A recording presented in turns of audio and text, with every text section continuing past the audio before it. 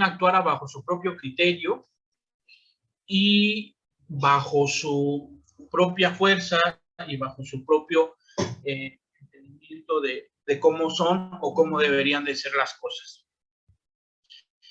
Esto nos daría dos vertientes de pensamiento, digámoslo, filosófico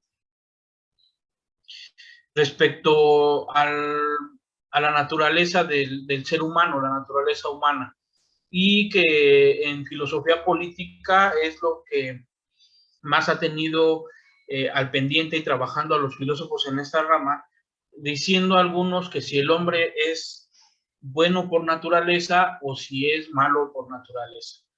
Esta situación de dicotomía entre el bien y el mal, considero en lo personal que va relacionada a un contexto, ¿no? Depende en dónde se esté, cómo se nazca, las circunstancias, las situaciones, es como una persona podría o un ser humano podría actuar. Y aquí nada más, o para efectos de esta plática, hablaremos más que de si el hombre es bueno o malo por naturaleza, del estado de naturaleza en sí, suponiendo un estadio anterior a la sociedad, un estadio anterior, digámoslo así, también a la familia, en donde cada ser humano ve por sí mismo y se enfrenta directamente al ecosistema, se enfrenta directamente a la naturaleza. Ahora sí que partamos por el principio, ¿no? Una definición muy sencilla, básica. Un principio sería un punto de partida, el lugar donde inicia algo, una idea rectora y también una regla fundamental de conducta. Desde el punto de vista ético y moral, tiene que ver cómo nos comportamos para, así, por así decirlo, ser buenos o convivir de una forma sana en sociedad. Esta idea que guía, esta idea que pone por delante todo nuestro actuar, es la regla fundamental de cómo nos vamos a comportar. Cómo nos vamos a comportar éticamente como individuos y moralmente como sociedad. Ya si ampliamos esta definición, este concepto, no solamente es una guía de conducta, sino es una base de ideales, fundamentos, reglas y o políticas de las cuales nacen las ideologías, las teorías, las doctrinas, las religiones, las ciencias, ¿no? Por ejemplo, en religión, pues hay principios básicos respecto a los cuales se nacen los dogmas, los cuales no tienen capacidad de moverse, ¿no? O sea, si está establecido, ahora sí que es lo que es y no se puede modificar. Ese es un dogma. En las ciencias, estas ideas, estos fundamentos, estas reglas, tienen la capacidad de modificarse, pueden moverse respecto, otra vez regreso al contexto histórico, político, social, cultural. Principio viene del latín principium, que significa origen, inicio, el comienzo. A pesar de aún ser usado para referirse a un inicio de algo, esta palabra, como comentábamos, es mayormente usada en un sentido filosófico, moral y ético. ¿Desde dónde partimos? Para desde este punto de partida, valga la redundancia, podamos tener líneas de comportamiento. O pretendo hacer un pequeño recorrido de contextualización. Es un vicio que tenemos los que estamos formados en ciencia política, que todo lo queremos contextualizar. Pues para decir una frase de un enunciado contextualizamos 5 minutos, pero es parte de la formación, y pues para tener un poco más claro e ir construyendo este conocimiento respecto a los principios democráticos. Para hablar de democracia, pues tenemos que hablar de convivencia social, y el grado máximo de convivencia social es el Estado. Y la razón y el origen del Estado radica precisamente en esa naturaleza social del ser humano. Somos seres sociales por naturaleza. por principio de cuentas vemos que está el individuo crea familias, las familias van entrelazándose y van creando comunidades, y finalmente estas comunidades crean al Estado. Aquí vamos a hablar un poquito de Aristóteles, que él decía que el ser humano finalmente es un animal político, ¿no? Un animal que gusta estar en la polis o en la comunidad, y lo que nos diferencia, digamos, de lo demás del reino animal, según Aristóteles, es el pensamiento. El pensamiento nos da la posibilidad de generar lenguaje. Ahora, a lo largo de los años, de los siglos, se ha descubierto que algunos animales también tienen lenguajes o tienen formas o modelos de comunicación.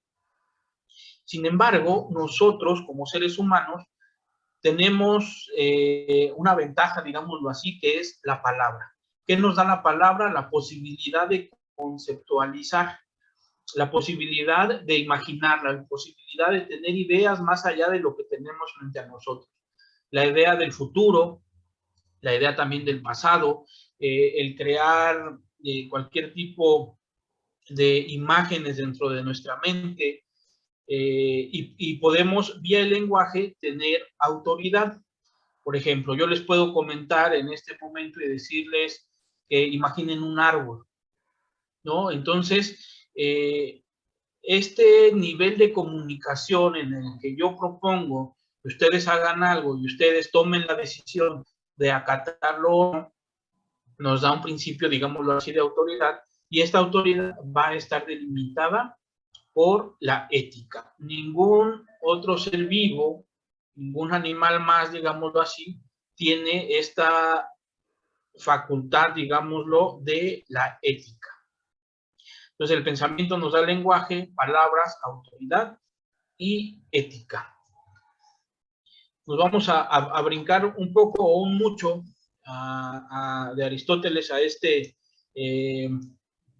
autor inglés liberal que tiene dos libros que se llaman Tratados sobre el Gobierno Civil, y en el primero dice que aunque el ser humano es criatura de Dios, este no le cedió la autoridad a Adán para transmitirla a su descendiente.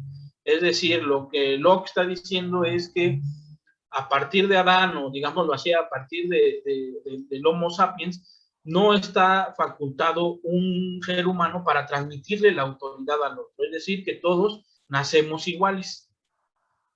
Nos dice también que el ser humano no puede destruir su vida, ni de la de los demás, pues no le pertenece.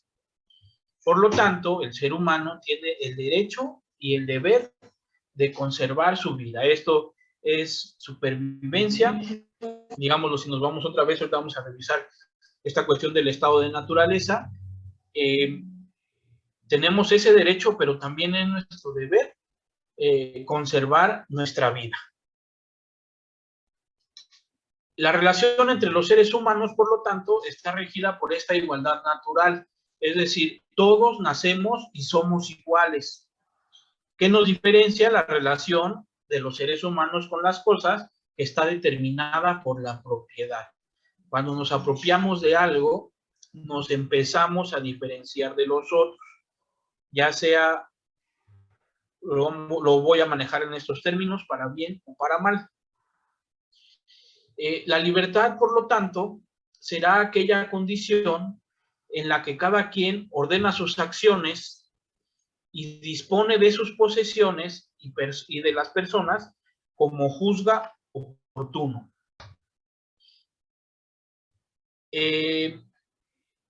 Aquí ya como vemos, estamos hablando de igualdad, estamos hablando de propiedad y estamos hablando de libertad. Esto es lo que nos da la génesis o el origen o el fundamento del Estado.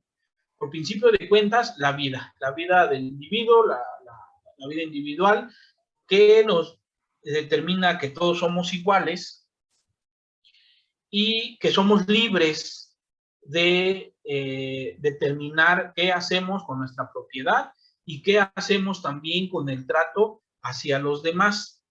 Entonces, antes que juntarnos en comunidades muy grandes, con constituciones, con leyes, con reglas, con reglamentos, tenemos que partir del punto de esta idea de que somos racionales, de que el pensamiento nos da el lenguaje, palabra, autoridad y ética, es parte de nuestra vida, de que somos iguales, de que somos libres y de que podemos, por lo tanto, determinar qué hacer con nuestras propiedades y cómo comportarnos frente a la otra persona.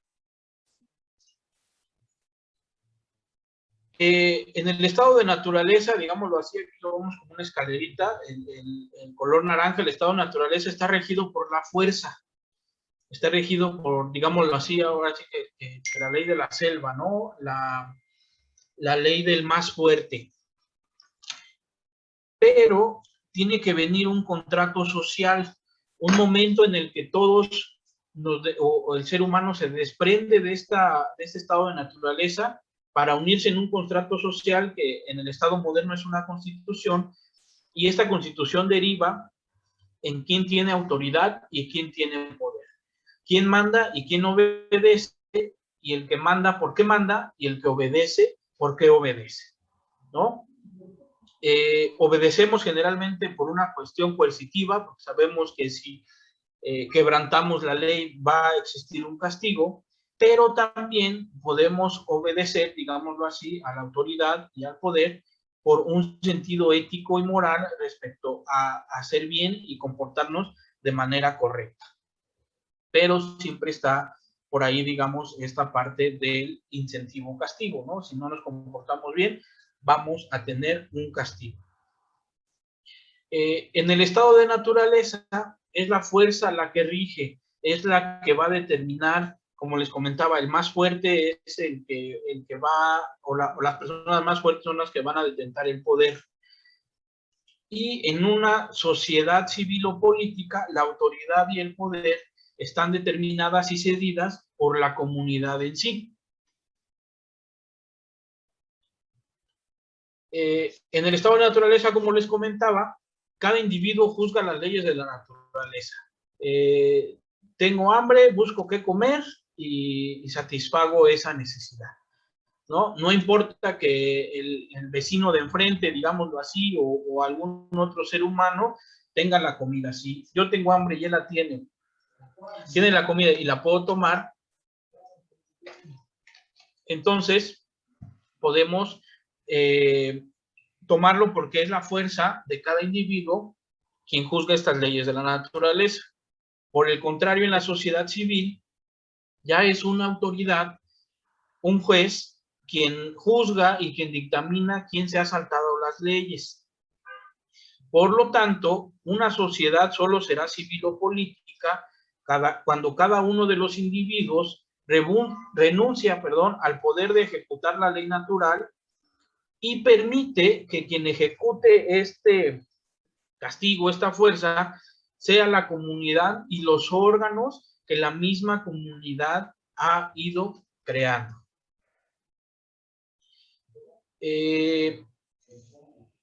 Entonces, para resumir esta parte, esta idea, el Estado surge de la necesidad del ser humano de proteger su vida, de proteger su libertad y de proteger su propiedad.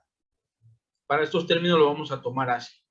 En el estado de naturaleza, cada ser humano, cada individuo juzga las leyes de la naturaleza y satisface sus necesidades. En el momento en el que surge una sociedad o un grupo en el que se empiezan a establecer reglas, comienza una sociedad civil en donde los individuos renuncian a esta facultad o a esta potestad natural de juzgar las leyes de la naturaleza para que sea un juez y para que los órganos de la comunidad sean los que ejecuten y juzguen las leyes de la naturaleza. Aquí se termina un poco esta idea del ojo por ojo, diente por diente, y se comienza a tener esta cuestión, ya digámoslo así, de la administración y la ejecución de la ley por medio de órganos administrativos. Esta génesis, esta fundación del Estado, pues ha tenido una evolución desde pequeños grupos tribales, digámoslo así, familias, clanes, tribus. Después fueron surgiendo pequeñas ciudades que se convirtieron en ciudades-estado. Después transitamos por imperios, monarquías, repúblicas, después de la Revolución Francesa, que ahorita vamos a mencionar por ahí un poco. Pero el Estado moderno, digámoslo así, está sobre tres pilares fundamentales. Los pilares fundamentales son la constitucionalidad, una disculpa, ahí escribí la S antes de la N, es constitucionalidad, es decir, un apartado de leyes, reglas, normas, estatutos, principios jurídicos, que son los que van a determinar las líneas de comportamiento y quien salga de esta línea de comportamiento, cómo van a ser los castigos o los incentivos para quien, digámoslo así, se comporte. Otro pilar sobre el cual descansa el Estado moderno es la soberanía. Ahora vamos a revisar un poco y finalmente el tema que nos atañe más profundamente, que es la democracia. Soberanía. Se menciona mucho, se habla en el discurso, es una palabra muy utilizada, muy bonita, muy dada también a utilizar en un sentido para beneficio de alguna persona o de algún grupo en específico. Quiere decir que la fuente última de todo poder o autoridad política es exclusivamente el pueblo y que no existe ningún poder, ninguna autoridad por encima de él, y que la legalidad misma adquiere su legitimidad por ser expresión en definitiva de la voluntad popular. Como les comentaba, cuando nos unimos en grupo y aceptamos que haya una regla, una constitución, estamos cediendo, digámoslo así, esta soberanía individual, esta potestad que tenemos como individuos para poder ejecutar las leyes de la naturaleza, se la estamos entregando a un poder conformado por estas leyes y esta constitución. Ahora, hay que tener muy claro en este sentido para no confundirnos y también para no dejarnos engañar o, como dicen, no dejarnos guiar por el canto de las sirenas, la diferencia del gobierno para el pueblo y el gobierno del pueblo, ¿no? En democracia y en soberanía, el gobierno debe de ser del pueblo. Estamos hablando otra vez del deber ser, pero el gobierno debe de ser del pueblo. Las mayores atrocidades o la mayoría de las atrocidades en la historia de la humanidad se han dado cuando los que toman decisiones dicen que gobiernan para el pueblo, ¿no?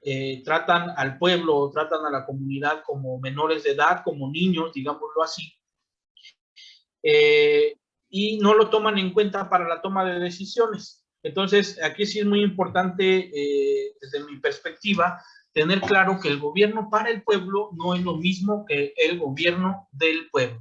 Porque como vimos que la fuente última de todo poder o autoridad política es exclusivamente el pueblo y que no existe ningún poder encima de él. En el momento en el que un gobernante o un grupo de gobernantes diga que gobierna para el pueblo, se está poniendo por encima del pueblo y por encima de la soberanía. Vamos a ver este pequeño diagrama, ya para entrar de lleno al tema de la democracia, que nos habla del régimen político. En régimen político tenemos tres vías, digámoslo así, que son las estructuras de autoridad, que son los que deciden, los que distribuyen costos y beneficio, y los que ejecutan, que son los que llevan a cabo las acciones que fuerzan a la obediencia y redistribuyen los recursos de la sociedad al Estado. Tenemos las reglas del juego, que es aquí donde está la democracia, que son las formales, y todas van a buscar una resolución pacífica de las necesidades o dificultades que haya dentro de una sociedad. y las informales, que son aceptadas tácitamente bajo negociaciones, lobbies, todo este tipo de situaciones. Pero también en el régimen político tenemos la ideología, valores y creencias de toda la sociedad en su conjunto, y toda la sociedad en su conjunto es prácticamente imposible que piense igual, sino que hay diferentes formas de pensamiento y diferentes ideas, diferentes ideologías. De aquí surgen una cantidad increíble e impresionante de preguntas. Yo enuncié aquí algunas que nos podemos llevar de tarea para analizar, ¿no? Entonces, ¿cómo se debe organizar políticamente una sociedad moderna? ¿Cuál es la fórmula capaz de ofrecer un cauce productivo a esta pluralidad de intereses, concepciones, ideologías que se expresan ya en una sociedad tan compleja y diferenciada como la que vivimos en la actualidad? Ahora, ¿cómo podemos vivir también en sociedad respetando al otro, respetando la diversidad política, respetando al que no piensa como nosotros? ¿Cómo pueden coexistir y competir fuerzas políticas que tienen ideas y plataformas no solamente diferentes, sino contrarias? ¿Cuál es el mecanismo para no entrar en un conflicto, digamos, ya violento, ¿no? Las diferencias políticas indefectiblemente tienden a acarrear comportamientos guerreros y aspiraciones de aniquilamiento del contrario, es decir, muchas veces que se compite en política, vamos por la aniquilación del otro, ¿no? Ahora, ¿es posible que haya un clima de gobernabilidad en donde conviven concepciones ideológicas distintas? Es decir, si la sociedad piensa de manera diferente, ¿podemos convivir? ¿Podemos avanzar? ¿Podemos tener crecimiento? ¿Podemos tener desarrollo? Y ahora, ¿pueden conjugarse estabilidad, cambio y paz social si tenemos competencia política? O, digámoslo así, estamos condenados a un círculo vicioso permanente de conflictos respecto a quién quiere gobernar y quién quiere ejecutar sus ideas dentro del gobierno.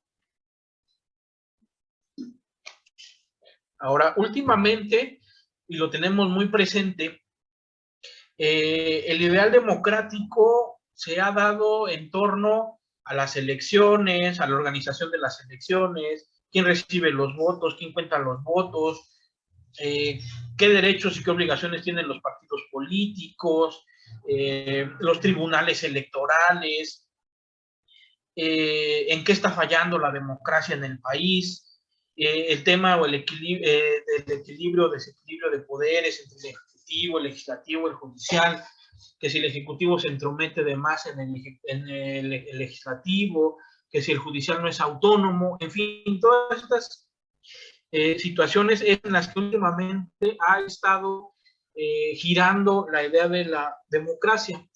Pero nos conviene reconsiderar que no son las leyes, las técnicas electorales o su funcionamiento que puede ser o no adecuado, sino las razones de fondo que le dan sentido, un sentido político y un sentido moral, es decir, de principios y valores a esta democracia moderna.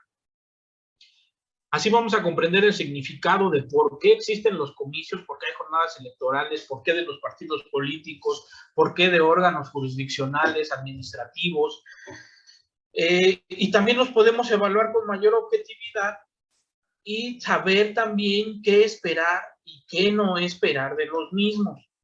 Y así, pues, pretendemos o se pretende que la participación sea más consciente, más informada, más responsable y por lo tanto más democrática.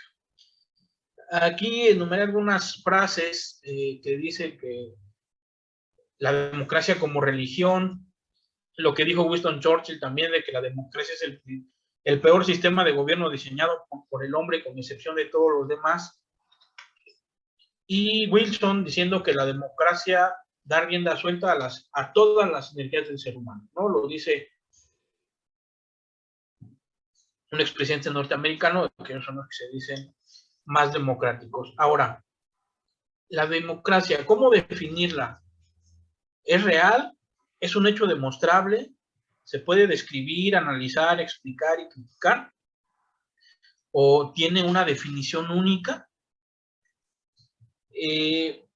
Digámoslo así, que en la concepción más amplia es el gobierno del pueblo. Gobierno del pueblo y para el pueblo. Pero es un concepto también que ha ido evolucionando y que sus definiciones en algunos casos resultan contradictorias. Por ejemplo, digamos, durante la Guerra Fría, los soviéticos decían que eran democráticos porque todos los ciudadanos salían y votaban por el Partido Comunista, ¿no? Entonces decían, pues como todos votan, somos los más democráticos. Y los norteamericanos lo que comentaban es, bueno, pues como nosotros les damos la libertad de que salgan a votar o no, entonces somos más democráticos. ¿Qué pasa? Que en el ámbito de la política todo mundo se considera democrático y todo mundo se considera más democrático que su adversario. Podemos decir que es un régimen político o forma de gobierno en donde los gobernantes, número uno, son seleccionados por los ciudadanos y número dos, las decisiones que toma el gobierno son influidas por estos ciudadanos. Ya si ampliamos el término de democracia, le empezamos a poner, digámoslo así, apellidos y se empieza a complicar un poco el entendimiento porque se adjetiviza, le empezamos a poner adjetivos. Y entonces vemos a la democracia por su existencia, por sus procedimientos, por sus contenidos, por su forma de gobierno. Digamos, si existencia, si es formal o sustancial. Si la democracia o los principios democráticos se dan porque estén escritos o porque la gente se comporta de una manera democrática. Por sus procedimientos, vemos si la democracia es directa o representativa, que en los estados modernos y en las sociedades modernas, la democracia directa es prácticamente imposible. Ahora, por su forma de gobierno, si es presidencial, si es parlamentaria, si es mixta, y por su contenido, si es liberal, si es social, es decir, una democracia que va más por los derechos de los individuos o una democracia que va más por los derechos sociales. ¿Y a qué vamos? Que los que van gobernando, tomando el control o los que ganan los comicios, son los que le van dando forma a estos apellidos, digamos, ¿no? A este contenido y a esta forma de gobierno. Se habla, por ejemplo, de una reforma a fondo del sistema político mexicano, en donde cambiemos de un sistema de gobierno presidencial a un sistema de gobierno, parlamentario, en donde tengamos un presidente, un primer ministro, y sea el Congreso el que tenga, digámoslo así, un papel predominante o preponderante. ¿Por qué? Porque el Congreso supuestamente o idealmente es el que recoge las necesidades más directas de la población. Como fuentes de la democracia tenemos a la polis griega, al republicanismo romano, a las revoluciones burguesas, y también tenemos nuestros problemas contemporáneos que también le van dando ahí forma y un poco de fondo a la democracia. La polis griega recogemos tres principios fundamentales que toda democracia debe tener, que son, no sé si es con acento, sin acento, isonomía o isonomía, que es la igualdad ante la ley. Todos, para que un régimen o para que un gobierno sea democrático, todos tenemos que ser iguales ante la ley. Isogoría, que es la igualdad en la asamblea, es decir, que nuestro voto valga lo mismo. Aquí hay un choque, por ejemplo, con la democracia norteamericana, porque al momento en el que su voto no es directo, se pierde un poco esta igualdad dentro de la asamblea. Y el otro punto es la isotomía, que es la igualdad en los cargos. ¿A qué se refiere? A que cualquier persona puede acceder a los cargos públicos de elección popular y de toma de decisiones. Luego viene la revolución burguesas, que es la revolución inglesa, la revolución francesa y la independencia de Estados Unidos, que le van sumando a esta concepción que tenemos sobre la democracia. El parlamentarismo, el tener dos cámaras, y el constitucionalismo, el ya tener una regla escrita, viene de la revolución inglesa. De los franceses, o de la revolución francesa, está los principios de las garantías individuales, esta igualdad, y también que la lucha por el poder político va a estar determinada por cómo se conforman grupos dentro de partidos políticos. Y de la independencia de Estados Unidos tenemos el federalismo y la distribución especializada de cargos públicos. Dice, ¿cómo entonces puede ser posible el gobierno del pueblo entendido así?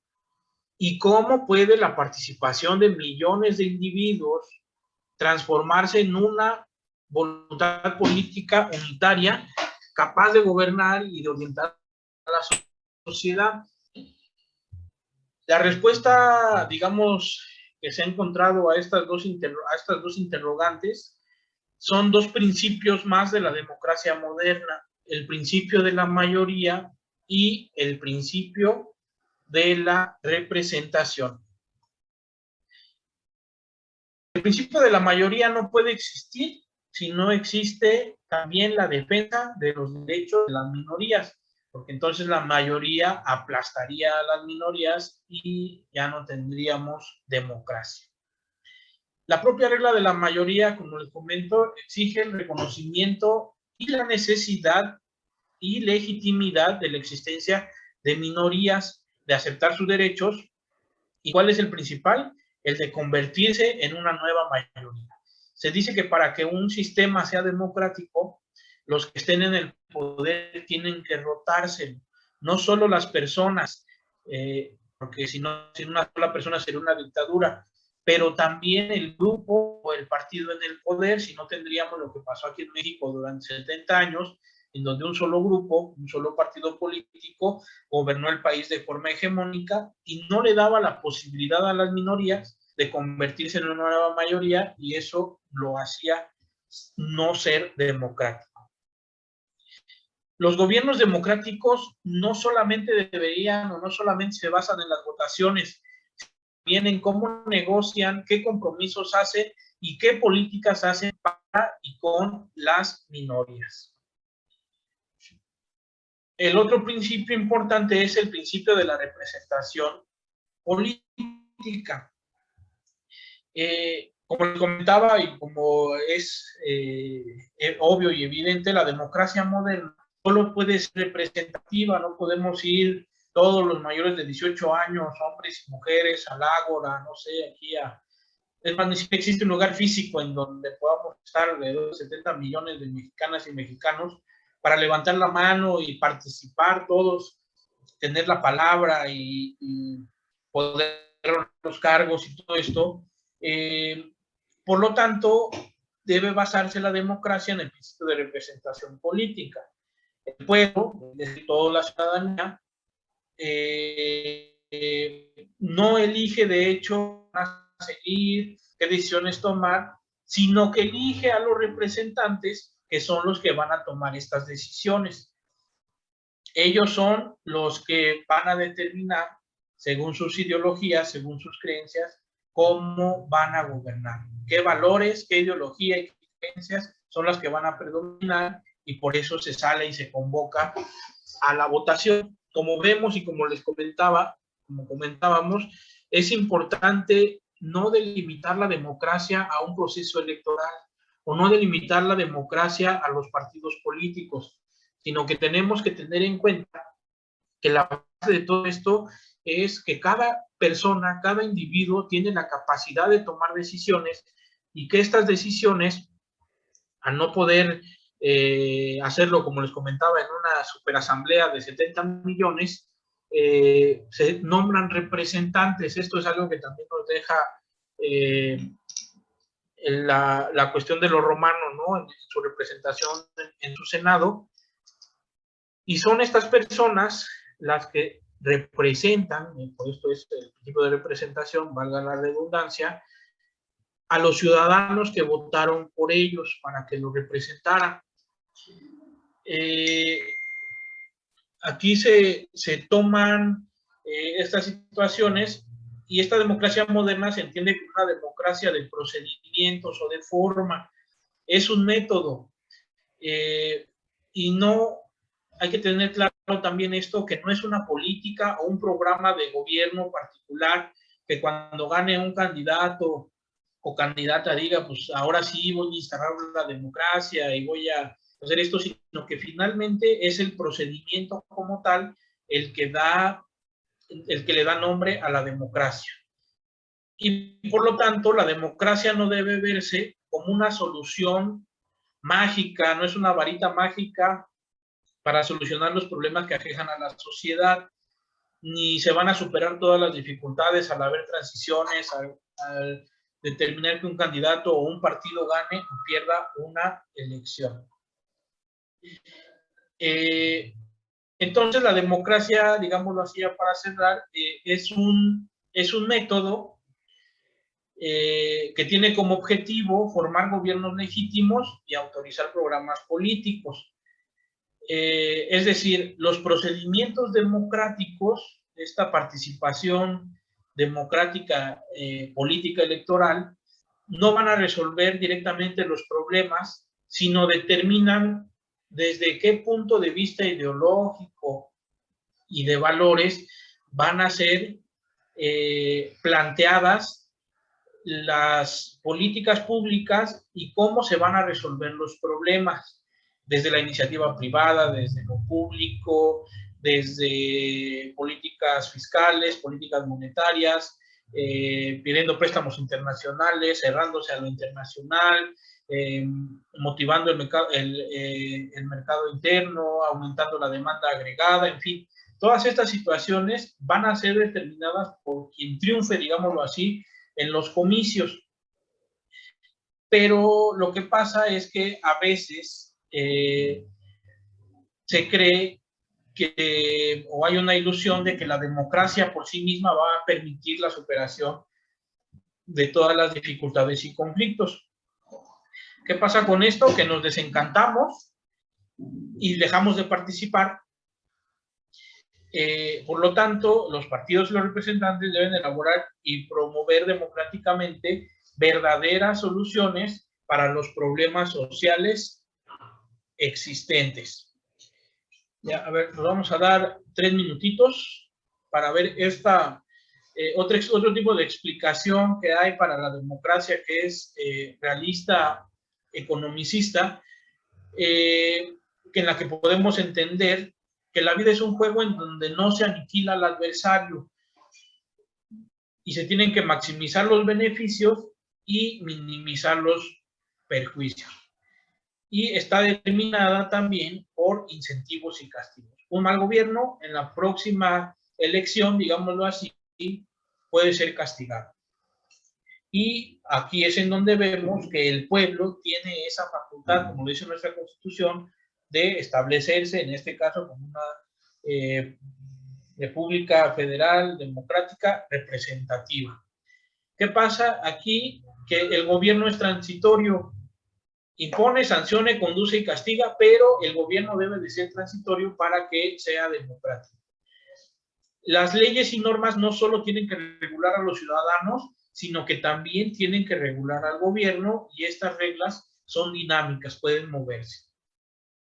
Existen procedimientos que son las elecciones, órganos legislativos, tribunales, etcétera, ¿no? Y los conflictos son periódicos, la agenda está determinada, y lamentablemente para la mayoría de nosotros, para la mayoría de la sociedad, los conflictos no se resuelven, los conflictos únicamente se administran, ¿no?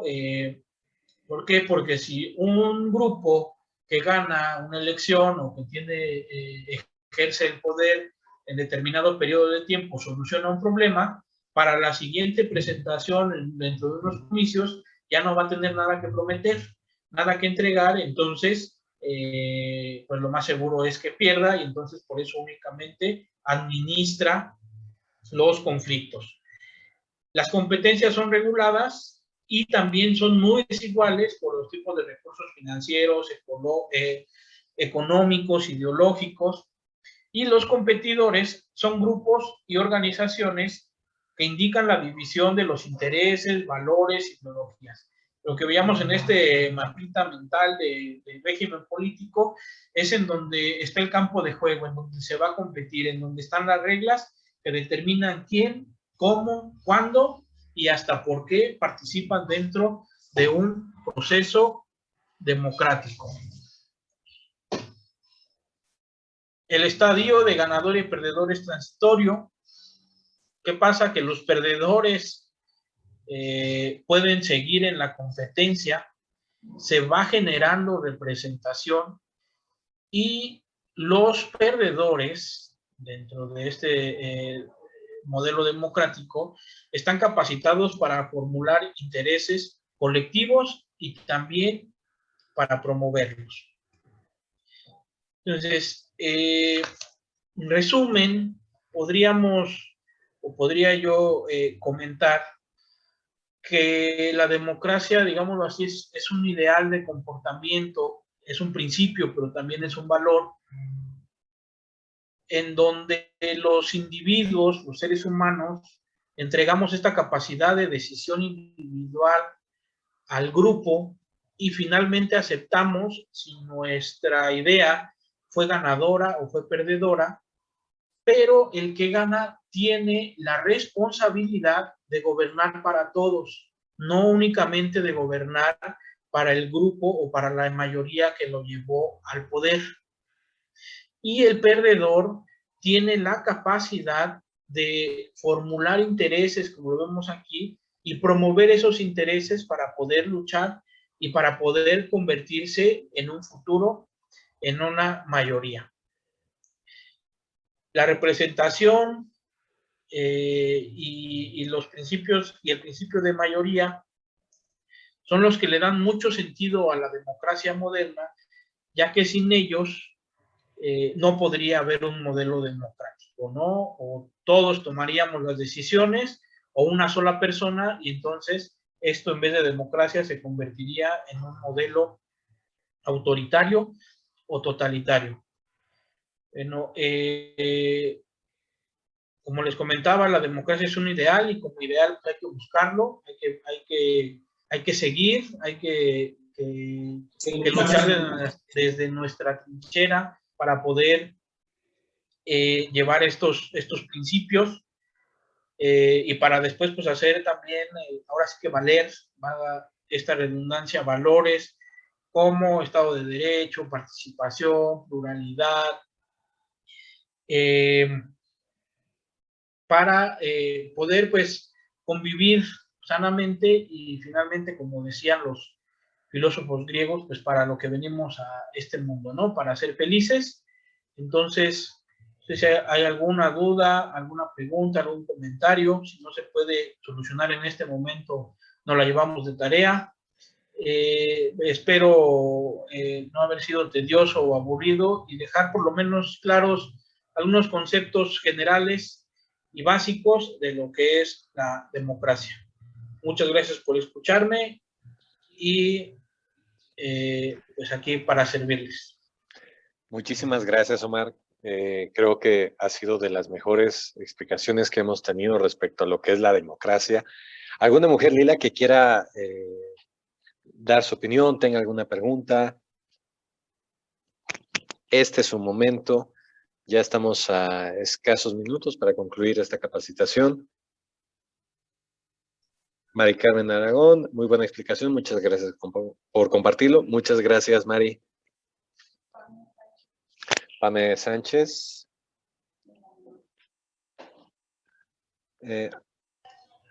¿Puedes encender tu micrófono, Pame? Hola, ¿me escuchan? Sí.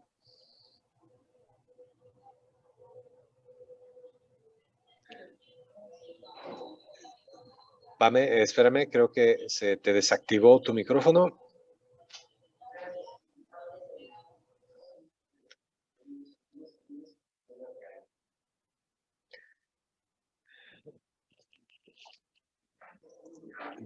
Inténtalo de nuevo, Pame. Ahorita te damos la palabra, Manu. Muchas gracias. Ya vimos tu manita alzada. ¿Ya? ¿Me escucho? Sí, ya te escuchas, Pame. Ok, gracias. Pues les comentaba que antes que nada, muchísimas gracias por esta capacitación. En lo personal, pues es muy nutritiva para mí, en lo personal. Les agradezco. Y también para hacer una petición, no sé si el ponente nos quisiera hacer el grandísimo favor de podernos enviar las diapositivas. ¿Me escuché? Sí, Pame, te escuchamos. ¿Me pondré en contacto con Omar para mandarles sí. la presentación? Gracias. Un abrazo fuerte para todos, en especial para ti. Gracias. Muchas gracias, Pame. Adelante, Malu, te escuchamos. Hola, buenas tardes. Primero que nada, muchas gracias, Luis, Omar, por la presentación, al Grupo Nacional de Mujeres Lila, a la maestra Nadia y a todos los que están por allá, que continúan preocupándose y ocupándose de que nosotros nos sigamos preparando. Y la verdad esta capacitación ha sido muy nutritiva. Digo, todas estamos inmersas de alguna u otra manera en el quehacer político de nuestro partido y de nuestro grupo de mujeres. Y es muy interesante realmente aprender lo que es la democracia en libros y en papel, o lo que desearíamos que fuera la democracia. Desafortunadamente, en el día a día vemos que estamos muy lejos de ser lo que la democracia dice que es, y sobre todo en nuestro país, desafortunadamente, y lo volvimos a ver en esta elección, la gente le interesa más tener por una vez 500, 700, 800 o 1000 pesos en la bolsa que realmente participar en una elección democrática, realmente elegir a las personas correctas para que los representen en los diferentes niveles de gobierno. Y ahí es donde yo también quisiera hacer un comentario. Hay una parte donde Omar presentaba que decía que a quienes elegimos nos representan. Y desafortunadamente creo que los partidos políticos han caído en el error de agarrar candidatos, a lo mejor por la popularidad o por el nombre o por el renombre, pero esas personas no representan los valores que los partidos y las personas necesitamos. Y lo hemos visto y lo hemos comprobado y desafortunadamente nos ha pasado dentro de nuestro mismo partido. Entonces creo que es muy interesante tomar eso en consideración y que realmente las personas que nos van a representar o que van a representarse o van a postularse para un cargo público realmente tengan las raíces que los partidos, en este caso el nuestro, tenemos, la familia, los valores, etcétera. Entonces, muchas gracias por la presentación y pues vamos a seguir luchando por hacer de México un país mucho más democrático. Muchas gracias, Malu. Coincido contigo totalmente. Es muy importante saber quiénes nos representan. ¿Alguien más que quiera participar? Ya estamos a 2 minutos para concluir esta capacitación. Muchísimas gracias, Malu, por participar. Muchísimas gracias, Pame. Por aquí tengo una manita alzada.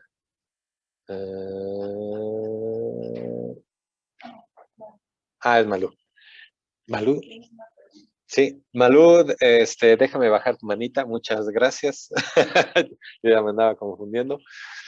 Bueno, siendo ya las 5 de la tarde, agradezco a cada una de ustedes estar aquí con nosotros en estas capacitaciones. Muchísimas gracias, Omar, por estar con nosotros, por darnos esta ponencia que resultó muy complementada a nuestra situación. Si se acuerdan, hace mucho tiempo existía una materia que se llamaba cívica y ética, así que ya no existe esa materia, lamentablemente, y ahí es donde nos ayudaba a introducirnos a cómo ser una persona en sociedad y estos principios de democracia. Omar, muchísimas gracias por estar con nosotros. La maestra Ana Dupotex agradece muchísimo la asistencia. La siguiente semana tenemos capacitación, así que estén atentas al chat y a nuestras redes sociales. Ya saben, pueden inscribirse a través de el formulario de Google. Y me gustaría hacer una pregunta rápida. ¿Quién se inscribió a través del formulario? Si quieren, levanten la mano para, a través de sus correos que registraron, se les envíe su presentación. Quien no se haya inscrito, voy a esperar unos minutos más para que pongan su correo electrónico en el chat, de favor. Ok, Malu. Ajá. No.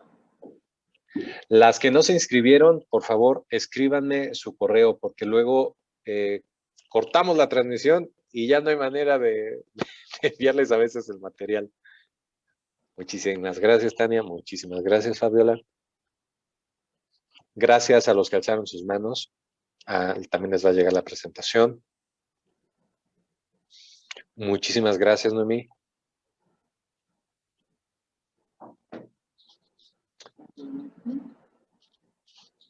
Pame, no vi si alzaste la mano.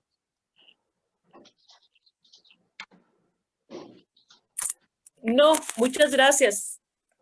Gracias. Gracias. Gracias, Pame. Hasta luego. Hasta luego.